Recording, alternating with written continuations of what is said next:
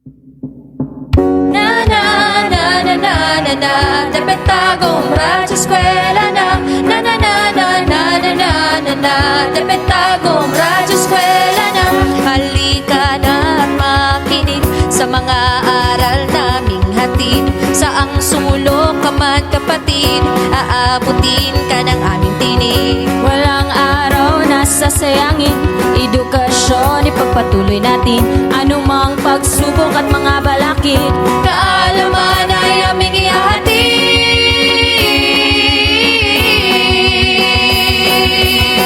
Na na na na na na na Depetagong Radyo Eskwela na Na na na na na na na na Radyo Eskwela handang magbigay saya Na na na na na na na na Makinig ng mabuti ng matuto ka Kumusta na mga mahal naming mag-aaral mula sa ikapitong baitang? Malugod namin kayong binabati sa paghahatid muli ng makabagong karunungan sa pangalawang episode sa Filipino 7. Maging masigasig sa araw na ito. Mag-teleradyo eskwela, tara na! Ako si Lynn B. Hidaro, ang inyong radio host mula sa Tagum City National High School. Naway masigla kayo at handa ang inyong isipan sa aktibong pag-aaral. Kung kaya, pumesto sa isang komportabling lugar upang maayos na marinig ang ating broadcast. Handa na ba kayo? Kung gayong handa na, halina't makilahok sa isa na namang makabuluhang lakbay-aral sa wika. Pag-aaralan natin ngayon sa asignaturang Filipino ang tungkol sa mga pahayag sa pagbibigay patunay. Unang markahan, Module 1, Aralin 2, na ihahatid sa atin ni Teacher Maureen Novi D. Doronio ng Tagum City National High School. Masayang pagbati, giliw naming mga mag-aaral sa ikapitong baitang sapagkat matagumpay ninyong nasagot ang mga una nating gawain sa unang episode. At ngayon, narito tayo upang maghatid ng bagong leksyon, kaya tutok lamang at makinig ng mabuti. At sa puntong ito, kunin na ang inyong ballpen, notebook at module sa Filipino 7 Module 1, Aralin 2. Inaasahang sa katapusan ng leksyon, kayo ay nakagagamit ng iba't ibang pahayag sa pagbibigay ng mga patunay. Mahalagang matututuhan ninyo ang iba't ibang pahayag sa pagbibigay ng patunay sapagkat malaki ang naitutulong ng mga patunay upang malaman kung ang mga paliwanag at impormasyong inilahad ay totoo at kung may ebidensya upang maging kapanipaniwala o katanggap-tanggap sa mga mambabasa at tagapakinig. Bago natin simulan ang ating leksyon, saglit nating balik-aralan ang aralin tungkol sa paghihinuha.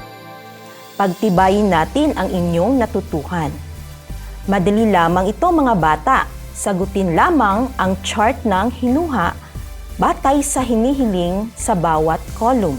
Narito ang chart. Makikita sa chart ng hinuha ang tatlong column.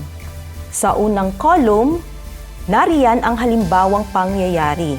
Sa pangalawang column naman, ang ebidensya o patunay at sa pangatlong column, ang hinuha. Babasahin ko ang halimbawang pangyayari. Namasyal si Abed sa mga kabahayan ng kanyang mga tauhan upang tiyakin kung sino sa kanyang mga tauhan ang mga naghihirap upang mabigyan ng pagkain. Ano ang mahihinuha ninyong katangian ng pinunong Abed batay sa pangyayari? Tama, si Abed ay mapagbigay at maawain sa kanyang nasa sakupan. Ano ang ebidensya o patunay nito? Siya ay namasyal sa mga kabahayan ng kanyang mga tauhan, tiniyak kung sino ang mga naghihirap at nagbigay ng mga pagkain sa mga mahihirap. O hayan, hari naway naunawaan ninyo ang ating nakaraang aralin sa tulong ng chart ng hinuha. Tandaan lamang na ang paghihinuha o palagay ay kakaiba sa panghuhula dahil hindi tayo mag-iisip in advance o thinking ahead, kundi looking backward o may babalikan na mga batayan. Marahil, handang-handa na kayo sa ating leksyon tungkol sa mga pahayag sa pagbibigay ng patunay. May idea na ba kayong mga bata kung ano-ano ang mga ito? Huwag kang mag-alala. May inihanda akong mga paunang gawain para sa inyo upang matuklasan ninyo kung ang pahayag ay nagbibigay ng patunay o hindi. Basahing mabuti ang mga ito at tuklasin kung ang mga pahayag ay nagbibigay ng patunay o hindi. Lagyan ng check kung ang pahayag ay nagbibigay ng patunay at X kung hindi nagpapahayag ng patunay. Babasahin ko ang mga pahayag ng 2 beses lamang at sagutin. Handa na ba kayo? Una, maging handa tayo ngayon sa panahon ng pandemya. Huwag lumabas ng bahay nang hindi nakasuot ng mask o walang dalang alkohol. Ang sagot ay X.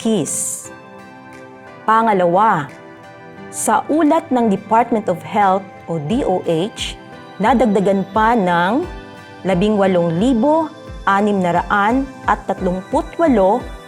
ang kumpirmadong kaso dahilan para umabot ito sa 552. Ang sagot ay check. Napansin niyo ba mga bata ang pagkakaiba ng 2 pahayag? Tukuyin natin. Sa unang pahayag, ito ay nagsasad lamang ng opinyon.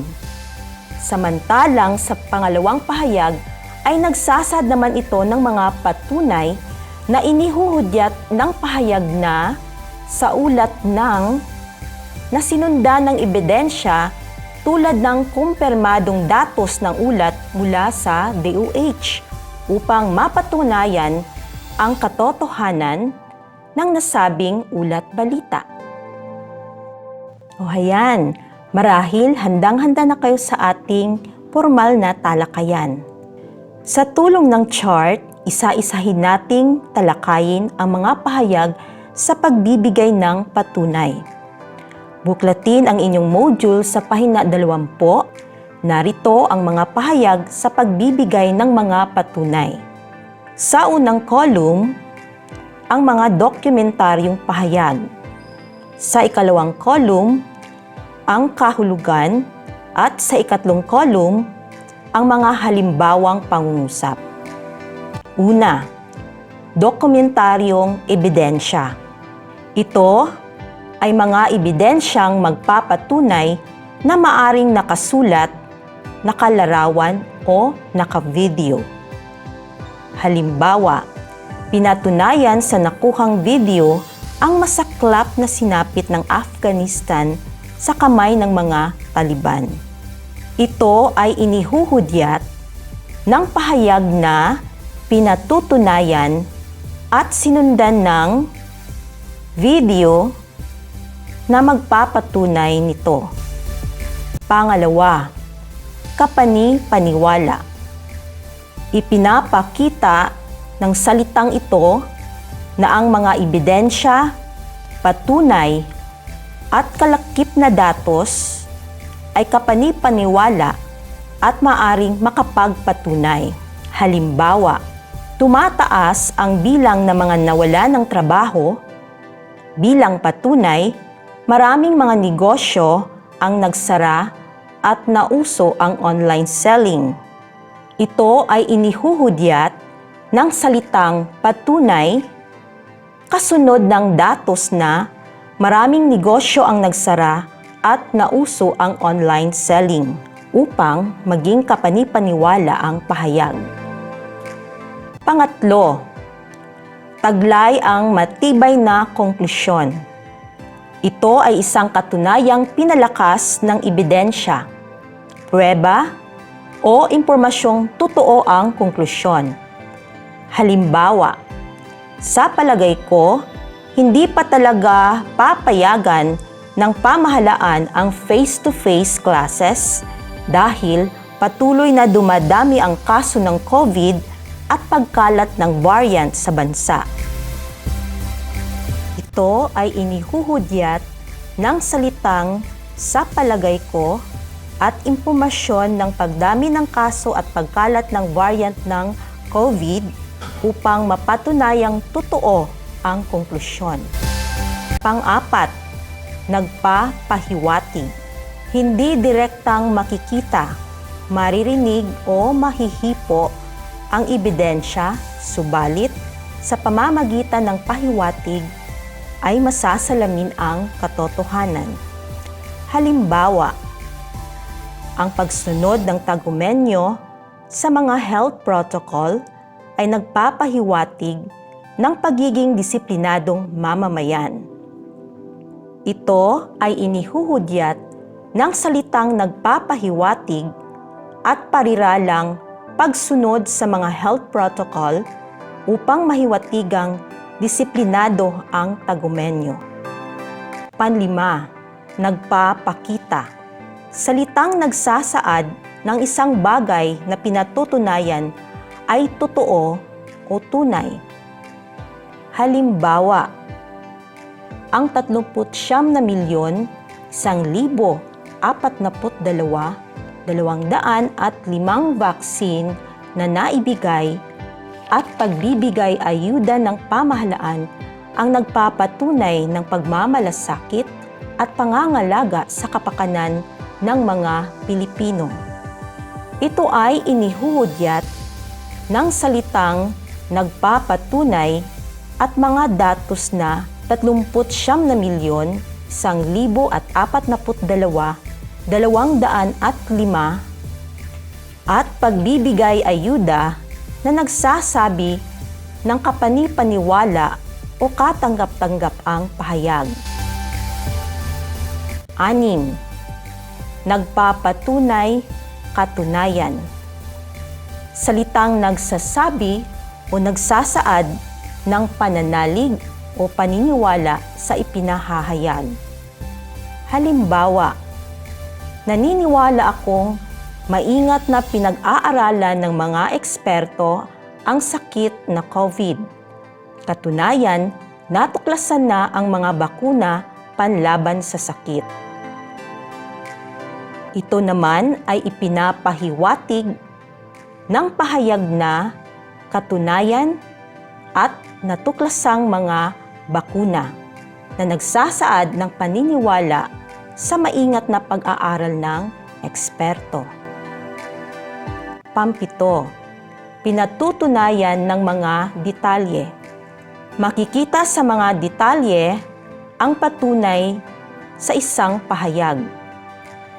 Halimbawa, pinatutunayan lamang ng nabanggit na mga detalye na tumataas ang bilang ng populasyon ng mga mag-aaral sa taong aralan 2021 at 2022. Ang pahayag ay inihuhudyat ng salitang pinatutunayan ng mga detalye ng nakitang datos ng pagtaas ng populasyon bilang patunay sa pahayag. Naintindihan niyo ba mga bata ang ating leksyon? Tandaan lamang na ang mga pahayag sa pagbibigay ng patunay ay dinudugtungan ng tinatawag na mga ebidensya o datos. At hanggang dito na lamang ang kabuuan ng ating talakayan.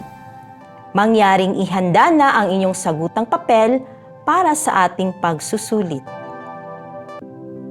Huwag kalimutang isulat ang inyong buong pangalan, pangkat, bilang ng module at aralin. Narito na ang inyong pagsusulit. Hasain natin ang inyong isipan sa tulong ng teksto na nasa pahina 21 sa bahaging sanayin natin. Basahin ng mabuti ang teksto at hanapin mo ang mga pahayag na nagsasaad ng patunay at ang kasunod na mga datos o ebidensya ng mga ito. Sulat ang sagot sa maliliit na hugis virus din. Gamitin mo ang inyong kwaderno sa pagsagot nito. Makinig. Ang coronavirus ay pamilya ng mga virus na nagdudulot ng iba't ibang klaseng sakit mula sa karaniwang ubot, sipon, hanggang sa mas malulubhang impeksyon tulad ng MERS-CoV at SARS-CoV. Sa katunayan, ang sakit na ito ay maaari ring magdulot ng iba't ibang sakit sa mga hayop. Noong ika-31 ng Disyembre 2019, naitala ang ilang kaso ng pneumonia sa Wuhan, China. Katunayan, lagpas na sa 100,000 katao ang namatay dahil sa sakit na ito. Masugid pa ring pinag-aaralan ng mga eksperto ang pinanggagalingan ng sakit at kung paano ito kumakalat. Bagamat napatunayan na iba ito sa SARS at MERS, ang bilis ng pagkalat at bagsik nito ay patuloy pang inaalam. Sipon, lagnat, trangkaso, pamamaga ng lalamunan at pagbigat ng nararamdaman sa katawan ay ilan lamang sa ebidensya na maaring nahawa na ang isang tao sa coronavirus. At yon ang ulat balita. Sa puntong ito, magbibigay ako ng mga gabay na tanong upang mapatnubayan kayo sa pagtukoy sa mga pahayag sa pagbibigay ng patunay at sa mga kasunod na ebidensyang nabanggit sa teksto. Narito ang mga gabay na tanong. Una, ayon sa balita, ano ang magpapatunay na nagdudulot ng iba't ibang klaseng sakit ang coronavirus? Anong salita o parirala ang nagpapahiwatig nito? Pangalawa, ano-ano naman ang mga ebidensya o datos na nabanggit kasunod ng mga salitang nagbibigay ng patunay kaugnay sa bagsik ng virus? Pangatlo, ano namang pahayag ang naghuhudyat ng pananalig o paniniwala sa ipinahahayag tungkol sa patuloy na pag-aaral sa sakit ayon sa pangusap bilang 5 hanggang 6. Marahil may idea na kayo sa mga hahanaping sagot. Kaya simulan na at meron lamang kayong 5 segundo para sa pagsagot.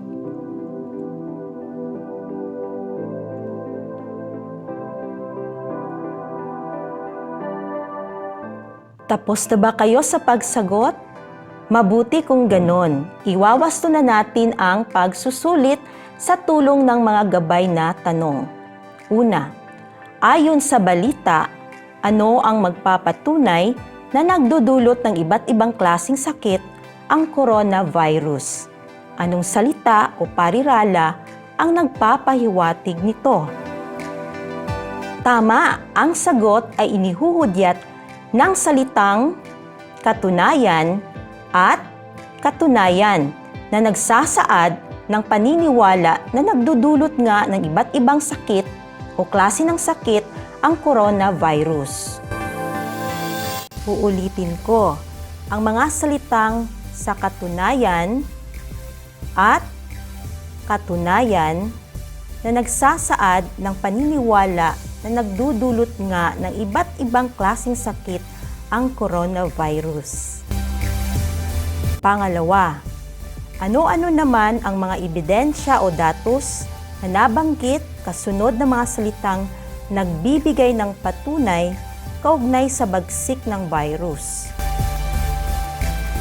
Tumpak ang mga dokumentaryong ebidensyang naitalang kaso ng pneumonia sa Wuhan noong ika-21 ng Disyembre 2019 at lagpas na sa 100,000 kataong namatay ang magpapatotoo sa bagsik ng virus.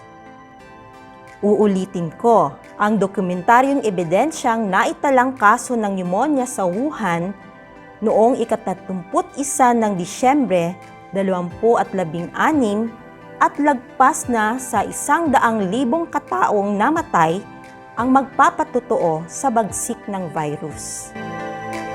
Pangatlo, ano naman ang pahayag na naghuhudyat ng pananalig o paniniwala sa ipinahahayag tungkol sa patuloy na pag-aaral sa sakit ayon sa pangungusap 5 hanggang 6. Tama, ang mga pahayag na masugid na pinag-aaralan at napatunayan ang nagsasaad ng paniniwala sa ipinahahayag tungkol sa patuloy na pag-aaral sa sakit ng mga eksperto. Uulitin ko, ang mga pahayag na masugid na pinag-aaralan at napatunayan ang nagsasaad ng paniniwala sa ipinahahayag tungkol sa patuloy na pag-aaral sa sakit ng mga eksperto. At dito nagtatapos ang ating pagtataya. Para sa kasunduan, basahin mo ang teksto tungkol sa Facebook sa pahina 23 hanggang 24 at sagutin ang mga tanong gamit ang mga pahayag sa pagbibigay ng patunay. May sagot na ang unang item bilang gabay. Gawin ito sa inyong kwaderno sa Filipino. Tandaan, gawing kawili-wili ang inyong pag-aaral. Hanggang sa muli, paalam! Maraming salamat, Teacher Novi. At dito nagtatapos ang ikalawang lakbay-aral sa wika at panitikan sa Filipino 7. Maaari pa ninyong palawakin ang inyong kaalaman sa pamamagitan ng pagsagot sa mga karagdagang gawain na inihanda sa inyo. Nakabubuti ring basahin ng maaga ang mga kasunod na aralin upang makapaghanda ng husto. Tandaan, nasa inyong mga kamay ang susi ng inyong tagumpay. Tumutok lamang at antabayan ng muli ang susunod na leksyon dito lamang sa School on the Air program ng Departamento ng Edukasyon. Ako po si Lynn Bihidaro, ang inyong abang lingkod at tagapagdaloy sa radyo.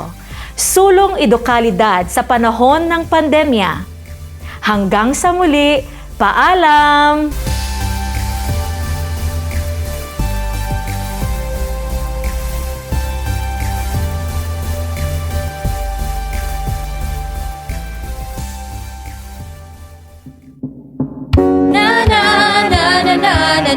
Depetagong Radyo Eskwela na